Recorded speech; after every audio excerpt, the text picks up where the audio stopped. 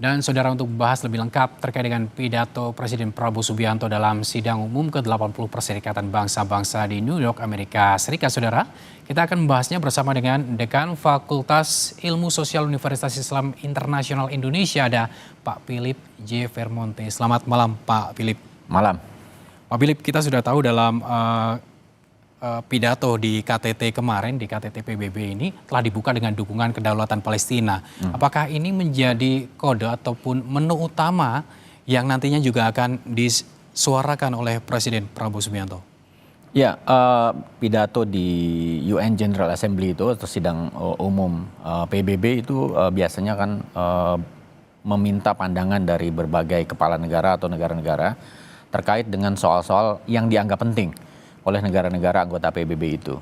Jadi tentu saja ada bagian mengenai Palestina yang akan Presiden ulangi, komitmen Indonesia terhadap usaha-usaha mencari solusi damai buat Palestina dan juga kesiapan Indonesia sebagaimana disampaikan dalam pidato High Level Conference yang sudah disiarkan dan kita sudah lihat bersama-sama bahwa Indonesia siap menjadi peacekeepers dan lain-lain, itu tentu saja pasti ada bagian.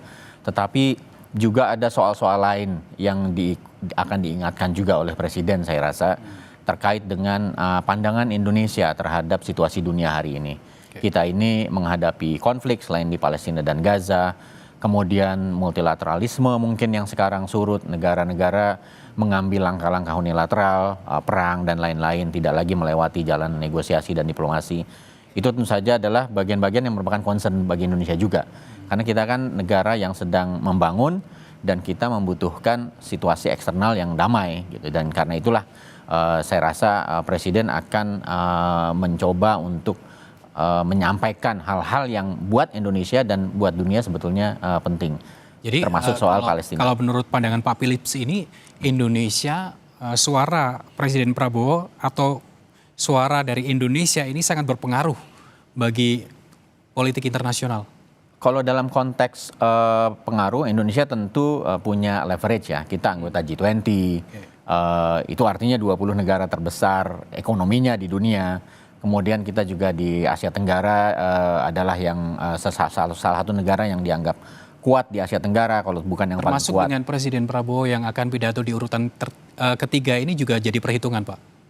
Saya rasa poinnya adalah karena berpidato di awal, semua perhatian tentu adalah masih dalam spektrum memperhatikan kan, kira-kira kan gitu. Jadi saya kira itu adalah side effect yang kita bisa harapkan dari kenyataan bahwa Presiden Prabowo ditaruh di urutan-urutan awal.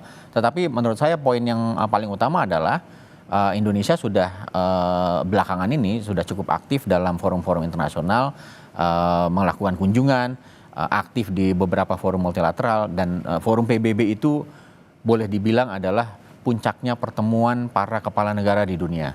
Karena itu pidato di UN General Assembly ini atau Majelis Umum PBB menjadi sangat penting.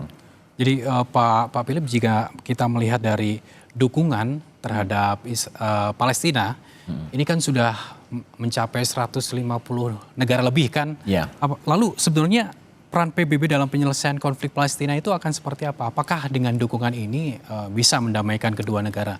Ya, kita akui bahwa kalau saya pribadi dan itu mungkin Mas Gali dan umumnya masyarakat Indonesia, kita semua marah melihat situasi di Gaza, di Palestina pada umumnya, dengan kekerasan, dengan pembunuhan, orang dipaksa keluar dari wilayahnya dan lain-lain, ibu, anak-anak, rumah sakit dan seterusnya. Akan tetapi ketika masyarakat internasional ini seperti tidak berdaya, tentu harus dilakukan upaya terus-menerus untuk mencapai perubahan dan juga tujuan perdamaian, walaupun sekecil apapun langkahnya. Anda sudah melihat upaya-upaya yang sudah dilakukan selama ini? Dan menurut saya berita-berita yang berkembang kan tentang lebih banyak negara yang sekarang mengakui kedaulatan Palestina. Itu artinya apa? Antara lain, ya, yang mudah-mudah, yang simple, konsekuensi lanjutannya adalah misalnya berarti kedutaan Palestina akan berdiri. Di Inggris sudah langsung dibuka kedutaan Palestina. Kemudian di beberapa negara besar yang tadinya belum mengakui, sekarang sudah mengakui. Artinya itu menurut saya adalah nanti saudara-saudara kita dari Palestina, diplomat-diplomatnya punya space diplomatik yang lebih luas juga, terutama di negara-negara yang punya weight, punya kekuatan untuk bisa terus-menerus menegosiasikan solusi-solusi yang mungkin dan perlu dicapai untuk Palestina. Jadi perubahan itu dan penyelesaian konflik yang sangat rumit ini, yang sudah berlangsung terlalu lama dan masyarakat internasional sudah bertahun-tahun mencoba berbagai cara, belum bisa dicapai. Tentu saja progres yang terjadi tahun ini, saya kira ini semacam harapan baru. Kita mencoba cara baru dengan lebih banyak negara yang mengakui kedaulatan Palestina.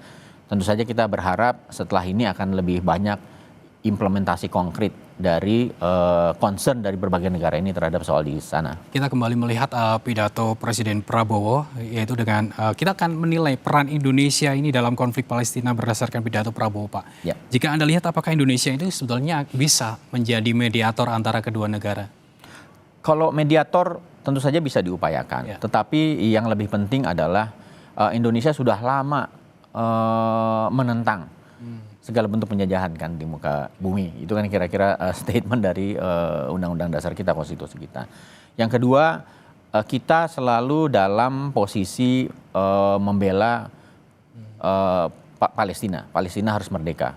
Itu secara konsisten sudah dilakukan oleh Indonesia. Yang ketiga, selain negara, masyarakat kita sangat aktif membantu saudara-saudara kita di Gaza. Bukan hanya sejak Oktober tahun lalu, tetapi sebelumnya sudah banyak sekali aksi-aksi humanitarian, masyarakat punya bantuan, memberikan hibah, uang, barang, kita membangun rumah sakit dan lain-lain. Itu masyarakat dan negara kita itu ada dalam satu frekuensi dalam membantu Palestina. Dan Indonesia sebagai negara yang cukup punya kekuatan dalam konteks misalnya kalau dalam istilah teknisnya itu middle power lah kira-kira gitu. Punya leverage. Indonesia terus-menerus menyampaikan ke berbagai negara, termasuk Presiden Macron waktu datang ke Indonesia beberapa waktu lalu, karena Indonesia paham Macron, Prancis adalah co-chair dari high level conference yang baru selesai. Indonesia memberikan dukungan dan juga memberikan full support terhadap kepemimpinan Prancis dan Arab Saudi dalam high level conference kemarin. Jadi Indonesia melakukan apa yang bisa dilakukan secara diplomatik. Bahwa ada pergerakan, tentu saja keaktifan Indonesia itu ada maknanya, tetapi ini adalah problem global. Jadi semua negara ikut mendorong, dan itu saya kira yang membedakan tahun ini, terutama karena kekerasan yang sudah sebetulnya tidak bisa ditolerir. Banyak negara lebih tergerak sekarang untuk ikut serta mengakui kedaulatan Palestina dan mencari solusi yang paling mungkin dicapai segera, terutama untuk menghentikan kekerasan di Gaza dan Palestina. Baik.